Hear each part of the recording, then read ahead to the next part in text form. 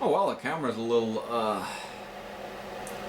well, I didn't know that I had it on Zoom the whole time. Stupid me. Anyways, I am back, and it's with, well, another review. And it's definitely on the follow-up album to Tank's Filth Hounds of Hades. Now, on the same, like I said, on the end of that review, I definitely said that on the same year they would record a follow-up to the album. Now, sometimes bands did that. It's not, since this is definitely the 80s and even for the 70s, there were bands that were that actually would record two albums in the same year.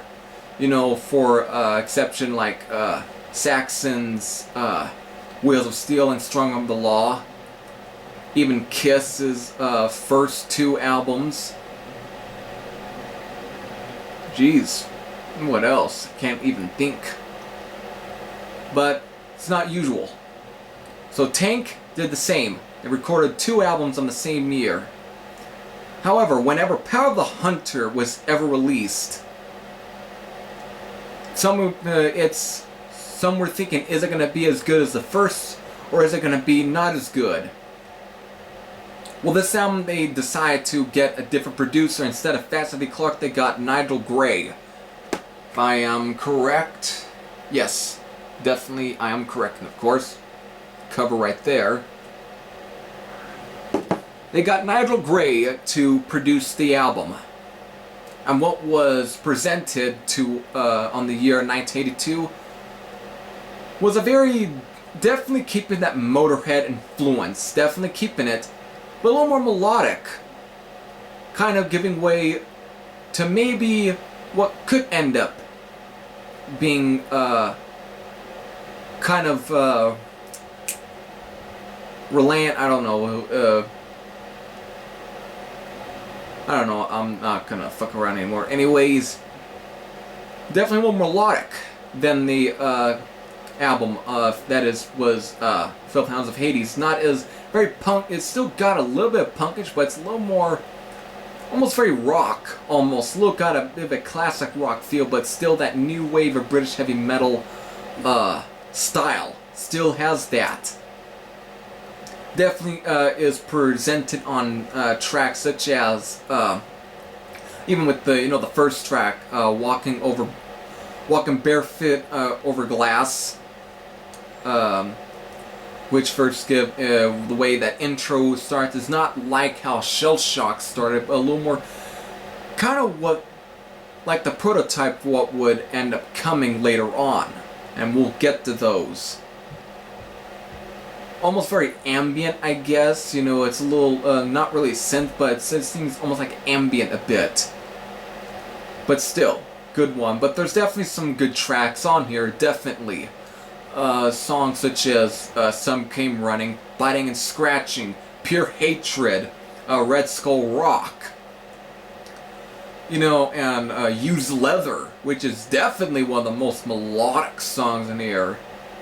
Then there's also a cover on here. It's an Osmonds cover. Don't think it's the Osmonds, but it's Crazy Horses, which is definitely not bad. The first time the band would actually present a cover, and won't be the first time, definitely. We'll still get to that later. Definitely a good one. But that doesn't mean that there's still some of that classic sound from that was presented on Filth Hounds of Hades. You do have Set Your Back on Fire, which actually is probably one of the first, actually, at least for Algie Ward, yes, to have profanity. Definitely with the line of, I guess you'll never learn, you motherfucker, which is one, and it isn't the first time that bands would use profanity in song, and it actually kind of works for it, because it's a very pissed off, you can tell there's almost like betrayal It almost seems to kind of fit with reality, don't you think, when you listen to the song Set Your Back on Fire? Do you think that nowadays that the song might be seen more, I guess now be more towards Cliff Evans and Mick Tucker? Yes. Yes, I went there. I think when you, with the whole situation, which we'll get to that more, it seems like it might fit. Because you can tell that Algie's definitely pissed, and nowadays he's definitely not happy, so the song is almost very reality-based now. It almost ties into what's going on with the whole situation.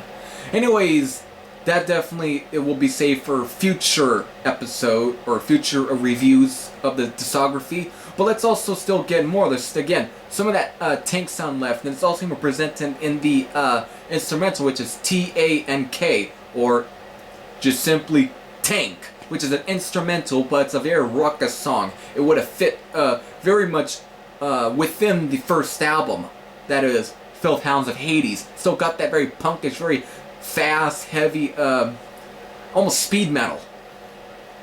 But then you also got a song that ends the album itself.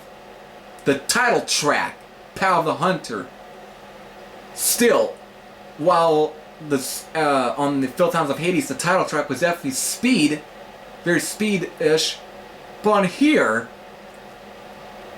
it's a little much heavier. But I know that there might be some comparisons to even like Accept's Fast as a Shark, as far as really aggressiveness comes, but this is more in line to what would be more presented within the later parts of the 80s, especially 1983, the year after this album would get bands such as Metallica, you know, the whole thrash metal that thrash metal sound. I was almost going to say revival, which is dumb on my part, but the song Power of the Hunter is very thrashy, almost very kind of a thrashy riff and even style. It's definitely one of the earliest proto thrash metal songs, and even the vocals of the very gravelly sound of Algie Ward. He definitely has some aggressiveness into it. He puts some very aggression on here, and like again, so the song Power of the Hunter, Set Your Back on Fire, and the instrumental Tank would have fit very much within the first album. However, yet the whole melodic side, it would kind of give way to what they might go with the next. However, it won't be as executed as this, but we will get to that album soon. However, when this album was then released, the reception wasn't nearly as good. And nowadays, you do get people that say it's not a very good follow-up to Filth Hounds of Hades. Some say it just wasn't really as strong. And I guess I can see it in some ways for why people would think that. It's definitely much more melodic. It's not as punkish sounding. There's still some of that punk sound left, that Motorhead influence, but it's definitely a little different in places. But that doesn't mean that it doesn't mean that there is still, that they got rid of all that Motorhead influence. There still is some of that left, some of that Filth Hounds of Hades sound left on this album.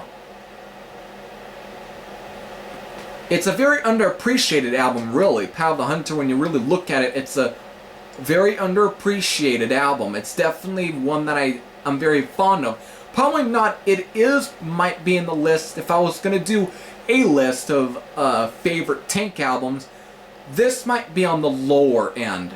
It's not a bad album. I definitely like it. But it's not nearly as strong. It's definitely, in ways, I guess it's kind of an ambitious effort.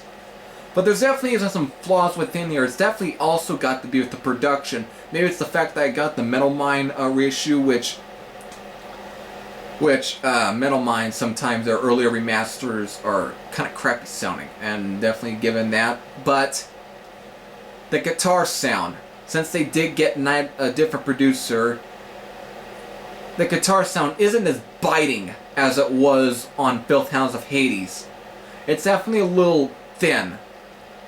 Definitely kind of, now it's not to say, even though it adds to the overall atmosphere of the album, definitely kind of giving even some of the more melodic songs a bit of a, a touch a bit, but it's not nearly as strong. It's not nearly as,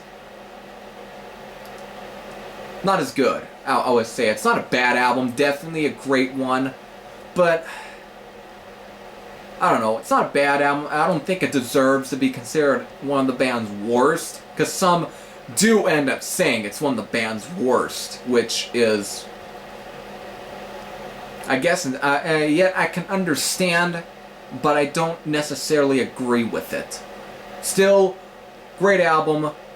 After this, when it comes to the year 1983, what would that year treat them? How would it be for them? What would they end up doing? How would their follow-up sound like? Would it be back to the heaviness, to the very raw, punk-like attitude that was presented on Filth Hounds of Hades? Or would they go for a different direction, since as the 80s moved on, the whole music landscape was changing? What would they go for? Definitely we'll see, and that might end up being tomorrow, because right now I'm kind of winded. Anyways, before I end this video, I want to know what is your true opinion on this album. What did you think Power of the Hunter was a great follow-up, or do you think it wasn't nearly as good of a follow-up to Filth Hounds of Hades, or do you think it is probably one of the shittiest albums that the new wave of British heavy metal ever brought? What is your true opinion on this album? I'm definitely curious. Anyways, that's every thrash I'm saying. I am out, and I'll see you tomorrow with more Tank.